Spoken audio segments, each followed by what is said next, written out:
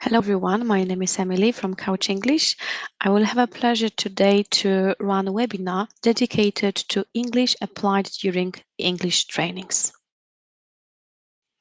The main goal of our today's meeting is, first of all, to expand your awareness how to run trainings in English. Secondly, I will also provide you with typical vocabulary, typical phrases that can be easily used whenever you run English trainings. To make it all possible, I will concentrate during our today's meeting on three main topics. First of all, a little bit of the background, how to feel a bit more comfortable and safety whenever we have to run trainings in English. After that, those typical structures, vocabulary, typical phrases that can be applied especially whenever we want to present the goal of the training as well as the agenda. And finally, some typical words that most typically you will be applying on a daily basis, on a regular basis, if you run trainings in English. I also owe you probably a little bit of my professional background so that you could know if it is worth to continue watching that webinar. Initially, I stem from, I would even say, from HR. So for the last 15 years, I have been working in human resources area. I've been working in different countries, in different areas, so I had a chance and a possibility to get to know different kind of the cultures.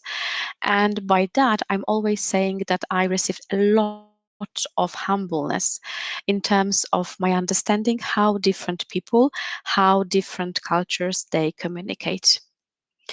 Apart from the fact that I've been working in human resources area, I'm also a business trainer. I concentrate mainly on the trainings connected with communication, leadership, diversity, and of course HR. I combine my knowledge and my experience with also English language. Because what I also additionally what I do is that I run different kind of English courses, but dedicated only to that kind of areas in which I have my practical expertise. That's why I run courses like English for trainers, English for coaches, or for example, English for HR, and of course, several others. But everything where I can share also my practical expertise. Today, you will be able to see, let's say, short sample of English for trainers. But of course, if you want not only to listen, but if you want to gain higher level of confidence, if you want to practice how to run trainings in English, I can definitely invite you to the course. It's in fact the live course, English for Trainers. It's the course which comprises 16 hours of practice, practice, and practice. During that courses, I'm not only sharing all those typical constructions and phrases that can be applied in trainings, but you also have the possibility to run samples of trainings.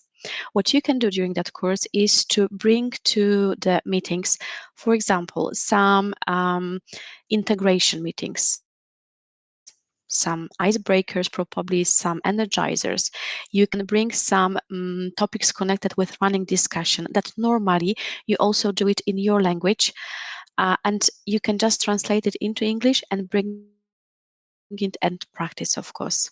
During that course, the most important thing, as I mentioned, is practice. That's why, first of all, there are some kind of like mini lectures where I'm sharing some typical phrases, vocabulary, and then everything is translated into practice. You are running the samples, you're running mini trainings, mini lectures, mini discussions, mini simulations, and the rest of the participants, they're becoming the participants of your trainings.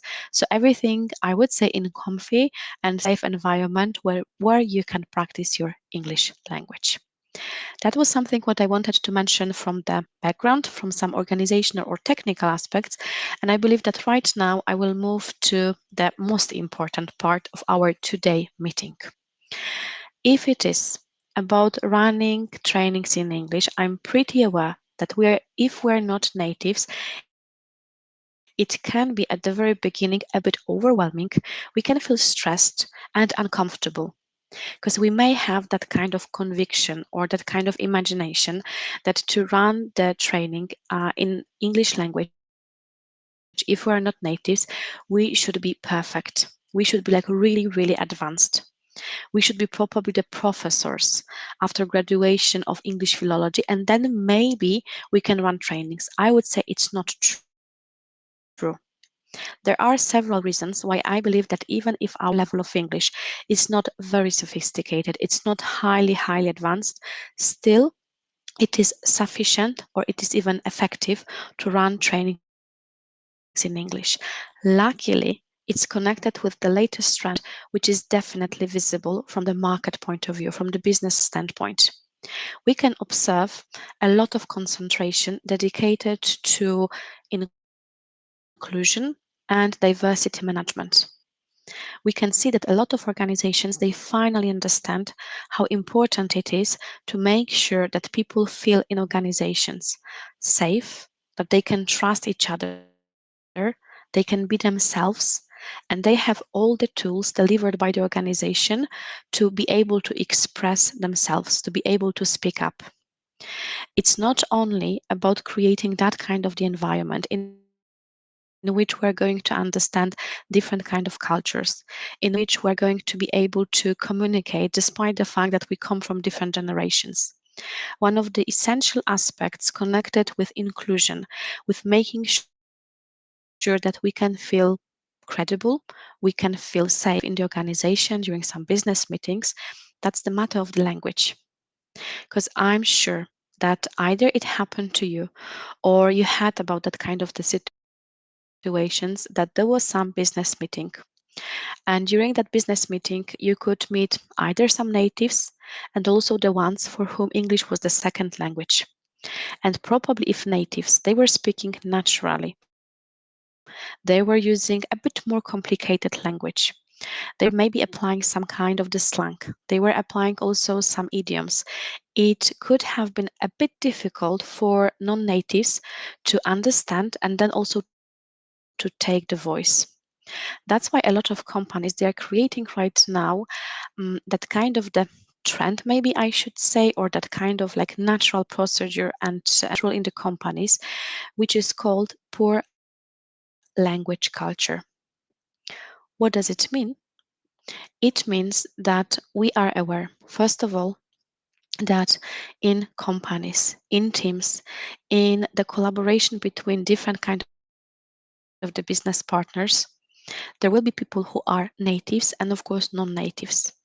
And the second ones, they will feel a little bit maybe overwhelmed, maybe stressed, maybe uncomfy. That's why what we have to do again in the company during the business meeting, in the team, is that we need to make sure that everybody will feel equal. Everybody will feel equal. Everybody is going to feel included in the organization, in the team, in the business meeting. We have to be sure that everybody will have the courage and confidence to speak up. That's why quite often, if you have meetings, for example, with people from the USA, from Ireland, from the UK, you will see that they are really, really appreciating a lot that you speak English.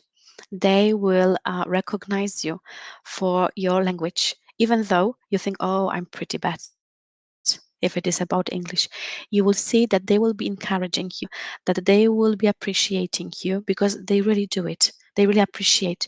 You can imagine that if it is about people from the USA or from the UK, it's probably not that common that everybody in those countries will speak the second language.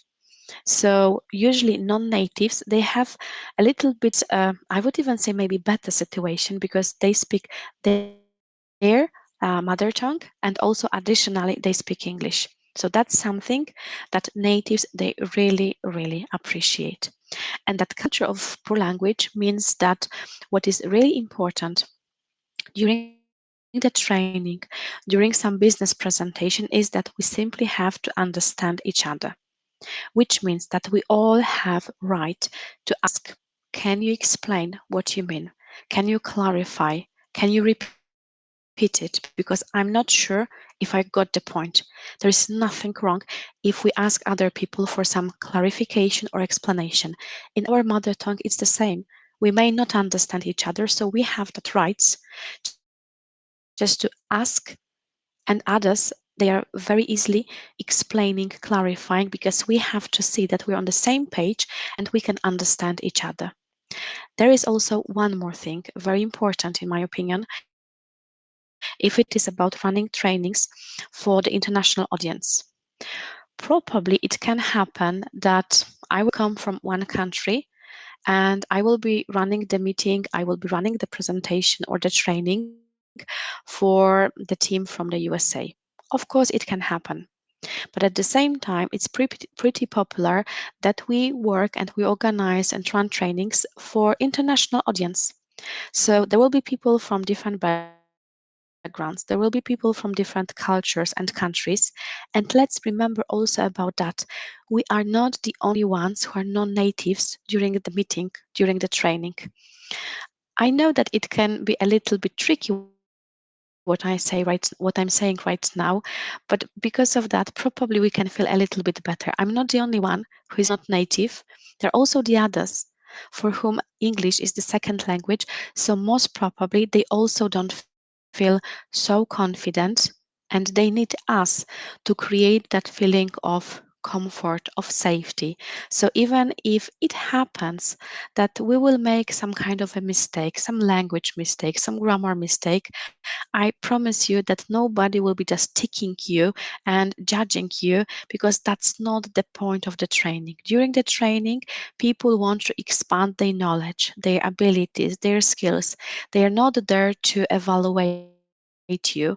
They are not there to judge you. That's like really important. But they are there for their own well-being. So they will be concentrated on themselves, I would say.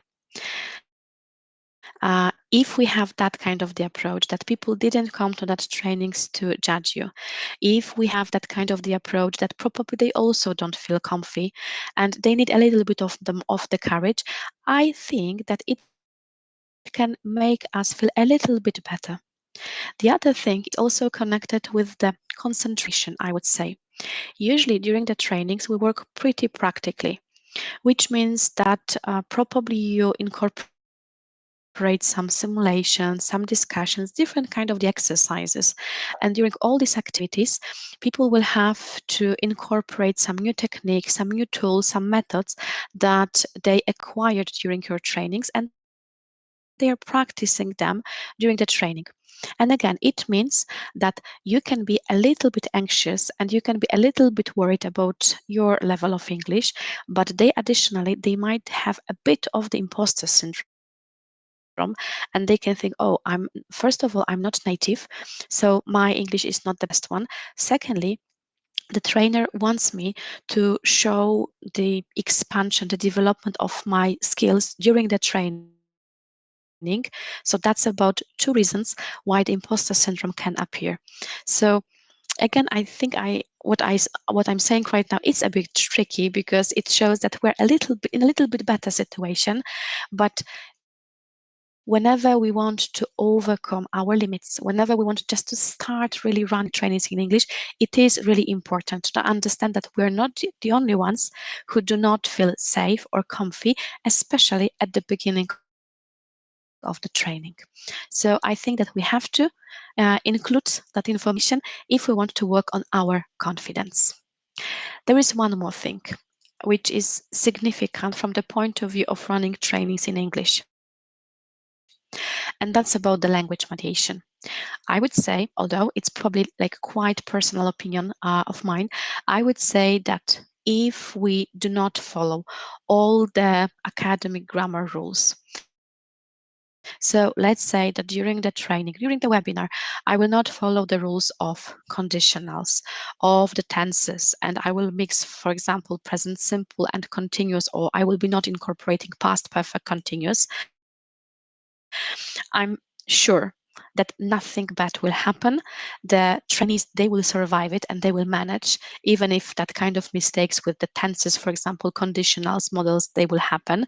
I'm pretty sure everybody will survive it. But in my opinion, there is a bit different aspect, which is critical from the point of view of applying English, especially if we have international audience. That's the matter of the language language mediation. It means that whenever we use English, we have to also be aware about the language context, about the cultural context, because it can happen that because of the culture of the given country, in some countries it will be pretty typical and natural that they follow the hierarchy. So for them, using the words like, for example, superior, subordinate, supervisor, perfectly okay, they can use it. Which means that if I'm going to run the training on some managerial competences, some leadership training, and during that training, I will use the words like, again, supervisor, superior, subordinate boss, fine. But there are also the cultures which are much more concentrated on partnership, on equality, and they do not like or they do not welcome even showing who is higher or lower in the hierarchy. So for them, if I still want to run that kind of the training about leadership, about management, and in that case, I will use the words like, for example, peers, associates, co-workers, showing equality, showing partnership, it's okay. From the vocabulary point of view, all of the words, they are in the dictionaries, we can find them, we can properly probably translate them into our language, but that's a matter of the culture, of some specifics connected with the nationality, for example. Another thing refers to the words which have some similar counterparts in our mother tongue. I will give you the example from my language, so from the Polish language. There is the word pretty typical in English, like confident. So I feel confident in running trainings. During the training, I will become more and more confident in negotiation skills. I would say the word which is quite common to be used in different kind of the situations. But at the same time, in Polish, the word confident means rat. So if I'm confident, if I'm in a confident, I'm the person who is ratting out. Well, let's say I can have some kind of negative association. Of course, I can know probably that word in English as well, and I will know that the meaning is completely different. But still, it can happen that I will hear that word in English. I will think it is the Polish word. Well, and I might feel a little bit anxious about that word. I might feel a little bit frustrated. And in each language, we have that kind of the words that have almost the same or even the same counterparts in the mother tongue, and the associations can be either positive or negative, or simply they can have completely different meaning. So we have to pay attention to that. It's not that difficult, I would say, because usually when you are going to start working, when you're going to start collaborating with different kind of nationalities, with different kind of cultures, companies, you can simply enter that company and knowing that today, for example, you're supposed to run the training for Indian people. Tomorrow you're going to, for example, run the training for Romania, and so on and so on. Probably if you're going to ask them to what you have to pay attention to.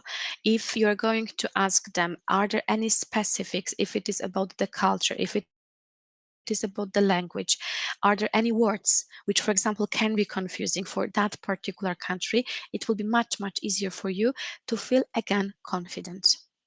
And probably the last thing that I would mention refers to the words which can be a bit confusing and complicated if it is about the pronunciation. And not because we are going to mispronounce that kind of the word, but depending on the accent, depending on the understanding, different people, they can not catch the word properly, or they can hear it in a different way, or they pronounce it in a different way. So they will hear something different to what we said. And I would say that it can happen that we will maybe focus on that words which have that kind of similar pronunciation. Maybe we will focus on them a little bit less than the others. The example would be the word like enable, unable. They are pretty similar if it is about the pronunciation. At the same time, they can be quite common if it is about running trainings. So probably either we're going to clearly show the context in which we use that kind of the words, or we can skip them. Another one would be like referring to the context. rapport and report, also quite similar. During the training, I build rapport with the other participants, so relationship.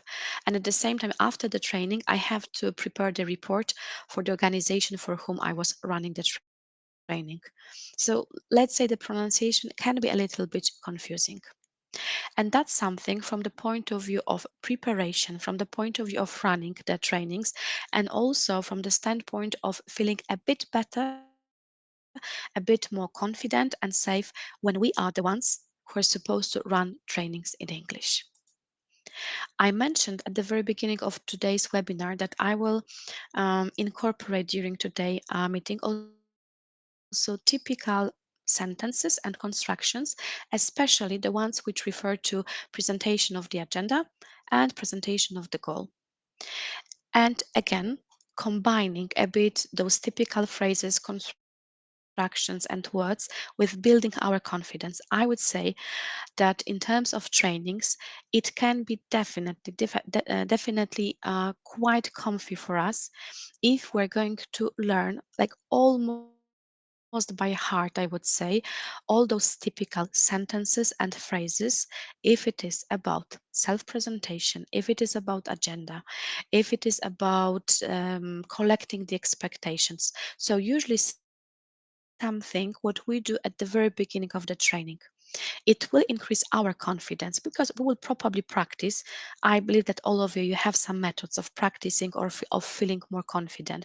So we will practice how to properly present the agenda, how to properly share the goal of the training and the other ones. So we will feel better. We will be able to apply those ready samples of the sentences. And at the same time, when we move further, and we start talking about some particular techniques, methods, when we're going to facilitate some exercises, I would say that the point of focus then it changes. Because at the beginning, the participants of the trainings, obviously they are concentrated on you because you are taking the floor, you're presenting yourself, those agendas and so on. So they will be listening to you, they will be focused on you. If then you're well prepared, you have all those typical and practical phrases, just incorporating them and it flows.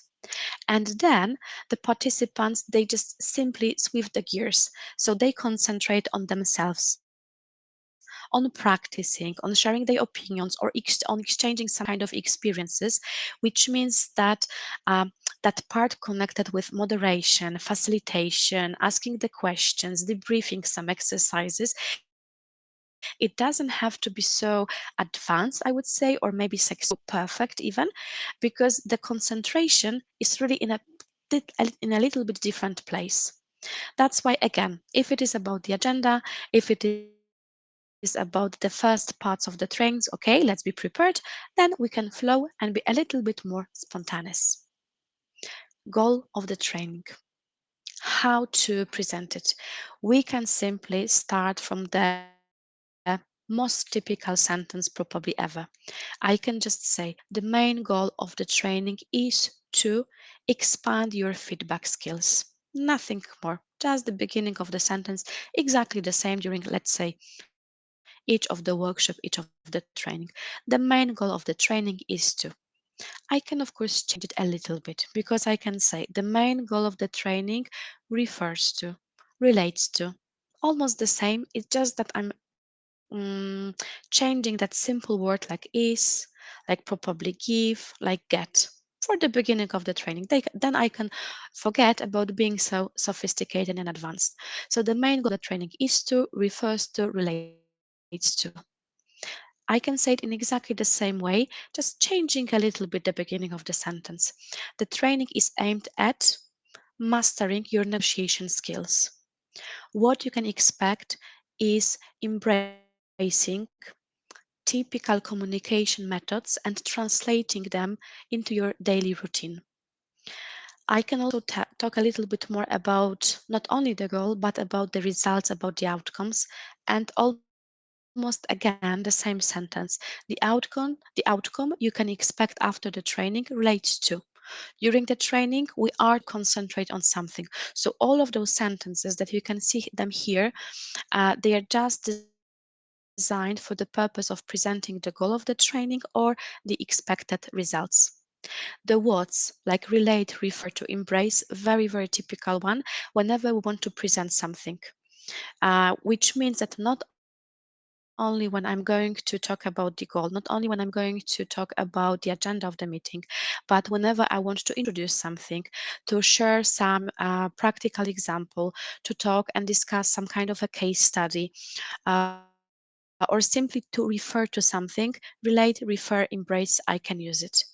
The words connected with presentation of the goal, like reinforce and anchor, they will be also pretty typical because most typically, when I present the goal, I want to show to the participants how they are going to benefit from the training.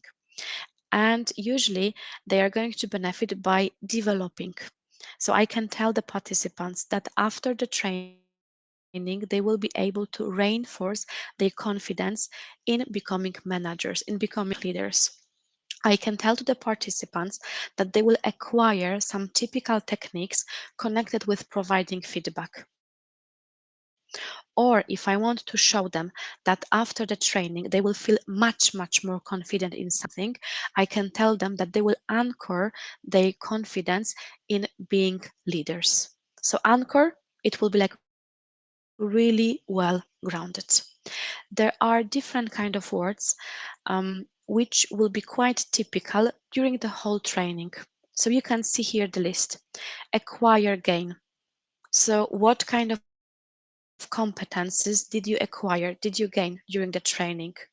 Can you identify the most typical competences which are necessary for managers to have them? How did you reinforce your competences during the training? We can use also the phrases like, for example, master or specify. So can you specify what are the typical mistakes that managers are making? Can you master during the training your negotiation skills? Or how can you master your negotiation skills? The word which is lately also pretty popular, that's the word navigate. We can use it both in that technical aspects, which means that if I want to show people how they can work with some specific application or system, I can use the word navigate. But at the same time, if I want to tell to the others that I will be the one who is going to guide them, who is going to share my experiences, I can tell them, I will navigate you through the whole process of negotiations. So I will show you, I will guide you, I will be there supporting you. Very popular word lately if it is about navigate. You can see also some further examples of goal presentation. I can say the main goal of the training, as we could see a moment ago, the main goal of the training is to, or refers to, expansion of your knowledge related to inclusive leadership.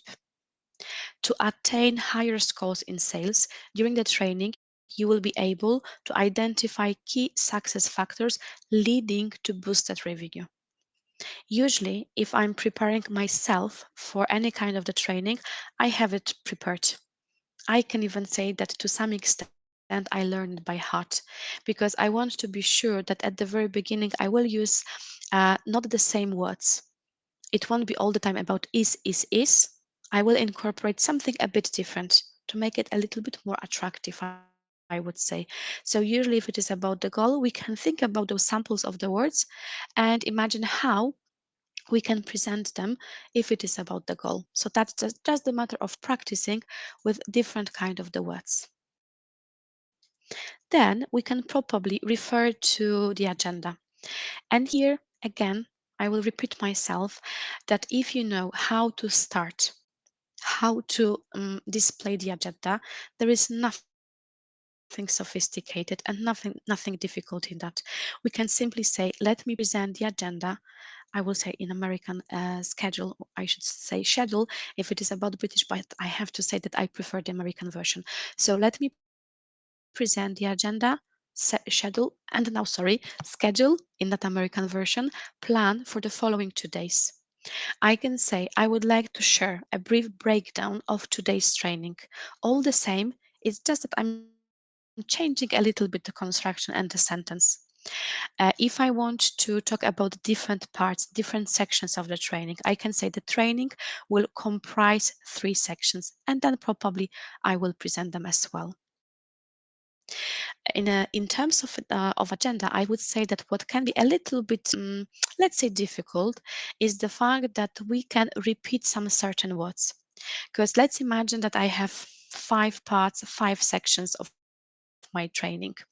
I can say, first, I will tell you about something, then I will move on, then I will move on, then I will move on, which is a bit boring because I will be repeating myself and all the time I will be using the same words. That's why, in terms of the agenda, it's worth to have some kind of alternatives. I can, of course, start saying we will start our training from something, then move on to something else after that, and the pre-last part is going to cover. So instead of saying then, I can just change single words and have some alternative.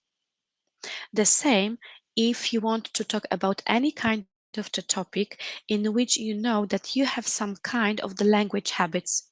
So you know some words and you are also pretty aware that you abuse them a little bit. So all the time you use the words like is or have or develop. And when you probably listen to yourself or when you record yourself, you can catch it that there are some words that are constantly being repeated. What we can do in that case is that we can write the same sentence or those examples of the sentences, just finding some alternatives. As I did with then, I will know that if all the time I'm saying, then we will move on, then we will move on, then we will move on, I'm simply going to write down any other alternative sentence. Then we will move on. After that, I will concentrate. The pre-last point is going to embrace. It's exactly the same. I'm just changing, of course, the words, the construction, not to make it so boring or repetitive again. I think I'm repeating the word again quite frequently. So maybe it's a good time for me to find some alternative for that. If it is about the expectations, here we can again we can find probably some typical constructions and sentences just to be implemented. If I want to check from the participants from the trainings what they expect from the training, I can ask them, could you tell me what made you decide to participate in the training? When I want to organize it in a little bit more official version and probably collect those expectations, and let's say I would run some on-site training, I can say, before we move on to the essential part of the training, I would like to know a little bit more about your expectations. I will then circulate. So I will give you. I will then circulate in a minute some sticky notes. Please note there what you expect from the training, and then you will share your assumptions or, of course, expectations. If I want to do it in a little bit simpler way, I can simply ask what should be your key takeaways from the training.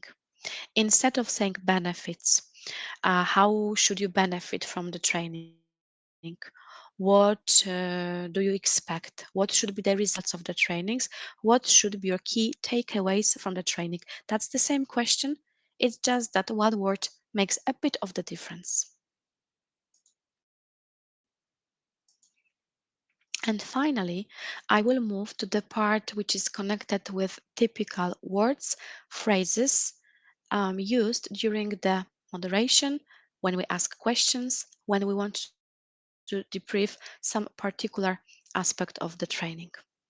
I can say to the participants already during the training, let's hear from somebody. That would be my method, how I would involve probably the whole audience. I would ask other about the opinions, and let's say it would somehow happen that there is one person who is all the time taking the stage. Probably I also want the others to have the space for themselves, to have that kind of possibility to speak up. And I can do it by saying, let's hear from, and then I would point the particular person. I can do the same, just changing a little bit the sentence. And I can say, I will now pass the mic the voice to somebody. So I will pass the voice, I will give the voice. I'm asking right now somebody. That's how I can say it. The floor is yours. So I can say, Adam, the floor is yours. The stage is yours. That's again exactly the same. What would you add from your end? So I can ask Kate, what would you add from your end, from your standpoint? I'm just asking others to contribute, to share their opinions. When somebody finishes sharing their experiences, their opinions, their reflections, I can, of course, say thank you. Dot. Nothing more. If I want to elaborate a little bit more, I can say I appreciate your input. Thank you for your contribution. Thank you for what you said. Thank you for what you added to our discussion. Thank you for your point of view, for your standpoint. I can say that insight gave me some further thoughts. So I'm showing that I'm also thinking about it. I'm glad you shared that. So that's about a bit different methods to say thank you, nothing more. Probably if we run some discussion, if other people are sharing their opinions, at some point we want to paraphrase what they said. We want probably to gather everything together, want to debrief. And here, what you can see are some kind of alternatives for saying, let me repeat what you said. Let me summarize what you said. To get a recap of what you said. And then, of course, I'm preparing the summary. Let me shortly debrief what we discussed. I'm just narrowing down the information which was collected during the discussion. In a nutshell, so again, I'm narrowing down. I need to check if I follow properly. That's the situation that somebody is sharing their opinion. I'm not sure if I got the point. I'm not sure if I'm on the same page. I will then say, I need to check if I follow properly. So I need to have that kind of clarity. Do I understand? Or maybe some additional explanation is needed.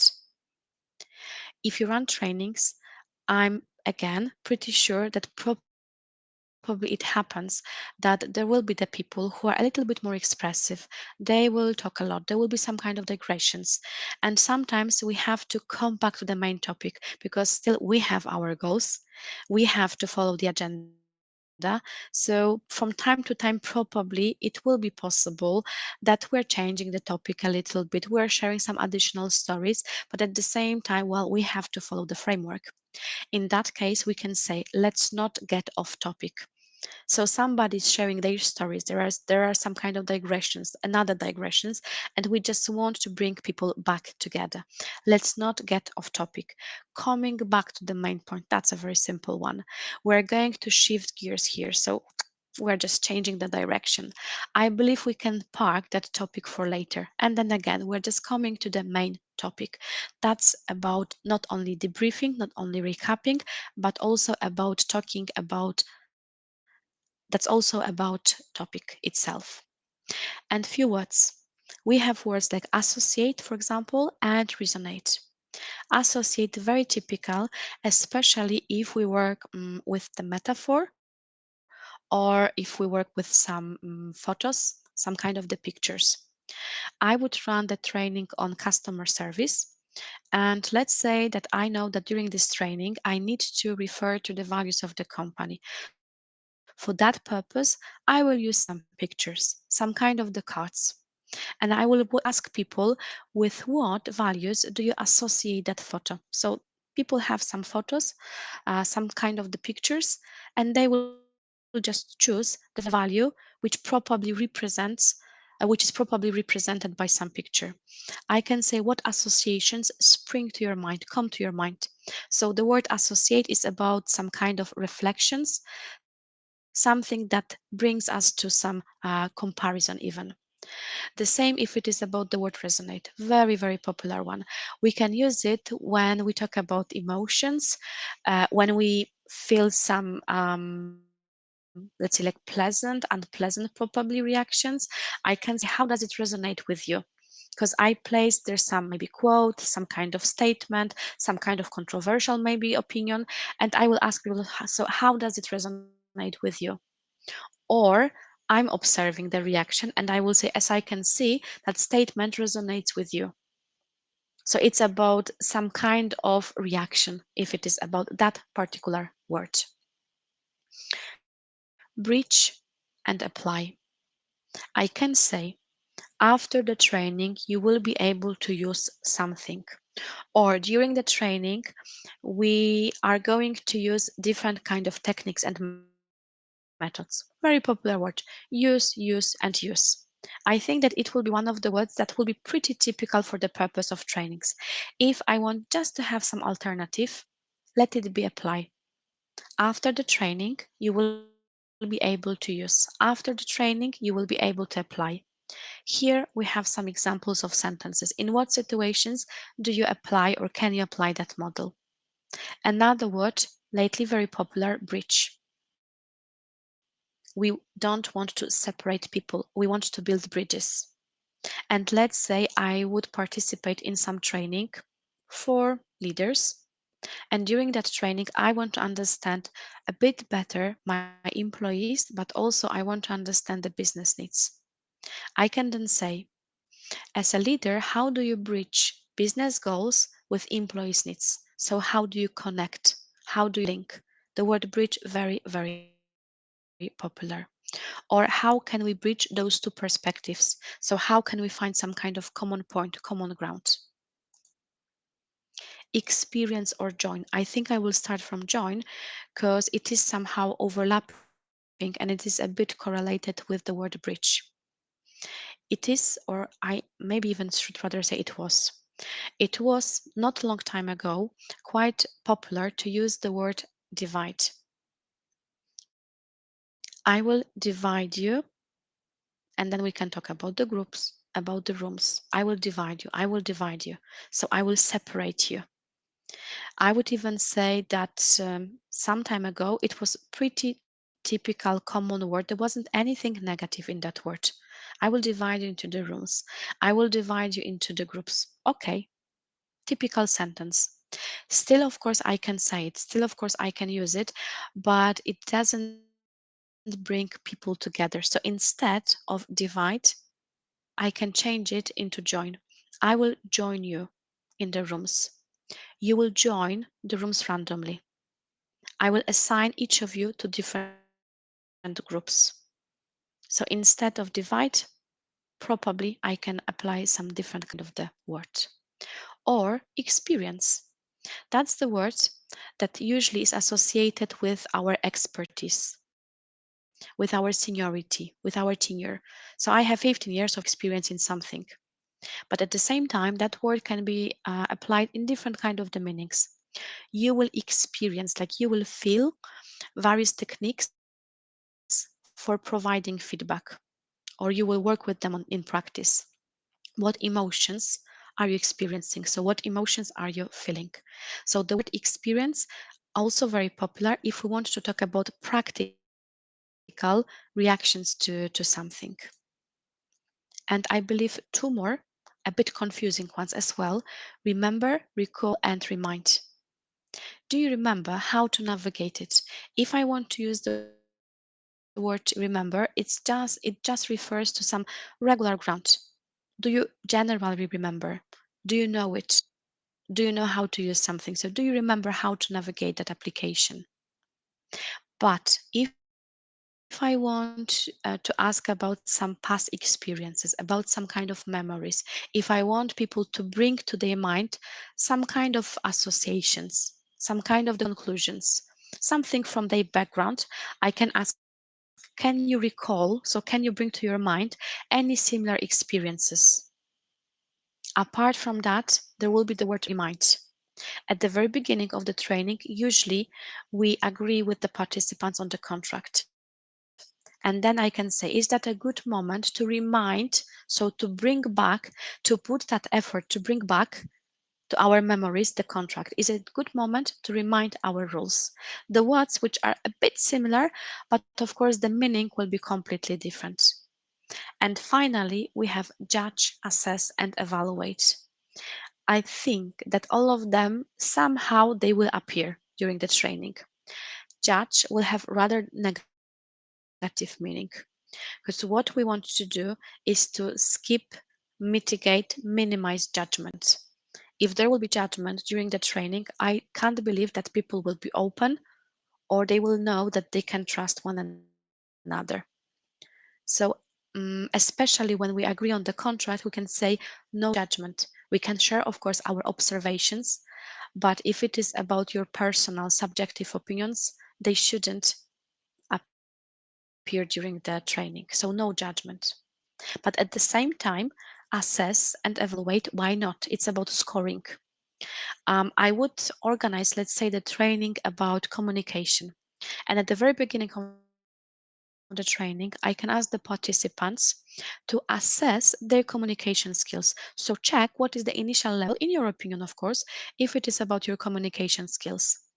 Then we will have few days of trainings, and at the end of the training, you will come back again to that assessment. But because of the fact that it won't be any more initial assessment, but it will happen after some time, you will be able to check the progress. You will be able to see the result, then you will evaluate. So at the beginning, you will be able to assess your communication skills. During the training, we will be practicing different kind of tools, techniques, and methods. So at the end of the training, we will come back again to your initial assessment, and then you will evaluate your progress, and then you will evaluate your competences. Or I can also ask the participants to prepare some kind of satisfaction survey because I'm also interested how I was doing during the training. So I can ask them, can you evaluate the training? So can you say what are the results in your opinion, of course, of that training? I can say, how would you assess your leadership skills? At the end, I will ask you to evaluate the training. Assess, evaluate, and judgment rather in that negative meaning. All those words, phrases, everything that's something what can be applied during the training practice. Summarizing, debriefing what I said and what I was relating to during today's webinar, I would come back to something what I mentioned at the very beginning. If it happens that you are not sure, you are not certain, you're not confident, shall I start running trainings in English? Or maybe that's not the proper moment. Or maybe I know I'm making some kind of grammar mistakes. Or maybe I remember that if it is about school several years ago, my grades, they were not the best ones. So maybe I should skip it. Maybe I'm good with using my mother tongue, and that's fine. Let me not do it. Please remember that, first of all, again, you're not the only ones who can feel a little bit intimidated during the trainings, especially when we are going to have their non-natives.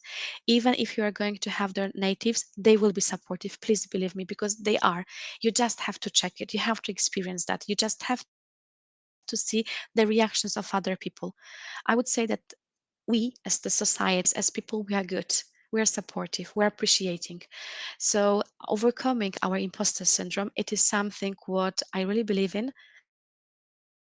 And I know that running trainings in English, it can be a lot of fun and a lot of development and a lot of benefits you can bring from that, because you will meet people from different cultures, from different nationalities, from different parts of the world, and that is something really, really beneficial. So I'm wishing you a lot of confidence, a lot of preparation, of course, as well, and having a lot of fun running trainings in English. If you have any questions, any doubts, something is not clear, you have some kind of thoughts, some kind of reflections, please write to us. So here you have our website, you have also contact to us. I can also recommend to you our YouTube channel. If it is about that webinar, you will be able to find it as well. So just follow us, check different kind of podcasts, webinars, and if there are again any kind of questions, reflections, something is coming to your mind, you would like to share even your experiences connected with running trainings in English, go ahead, just do it. Thank you very much for today.